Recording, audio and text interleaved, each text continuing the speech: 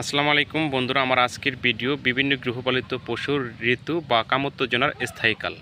আমরা যারা খামারি আছি আসলে অনেক খামারি জানি না যে আমাদের গাবি, মহিষ, ঘটকি, ভেড়ি ও ছাগি ডাকে আসার পর এর যৌন উত্তেজনাকাল কতক্ষণ। গাবি ডাকে আসার পর 12 থেকে 24 ঘন্টার এর যৌন উত্তেজনাকাল স্থায়ী থাকে এবং প্রথম থেকে কনসেপ্ট না করলে 3 থেকে 4 সপ্তাহ পর আবার গাবি ডাকে আসে এবং বাচ্চা প্রসবের পর 3 থেকে 8 সপ্তাহের মধ্যে পশু ডাকে আসে। মহিষ এর যৌন উত্তেজনাকাল স্থায়ী থাকে 1 থেকে 2 দিন।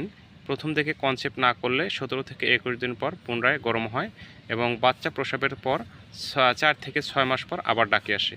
ঘটকি 5 থেকে 7 দিন এর যৌন উত্তেজনাকাল স্থায়ী থাকে এবং প্রথম থেকে কনসেপ্ট না করলে দ্বিতীয়বার 14 থেকে 28 দিনের মধ্যে আবার ডাকে আসে এবং বাচ্চা প্রসবের পর 7 থেকে 10 দিনের মধ্যে পশু গরম হয়।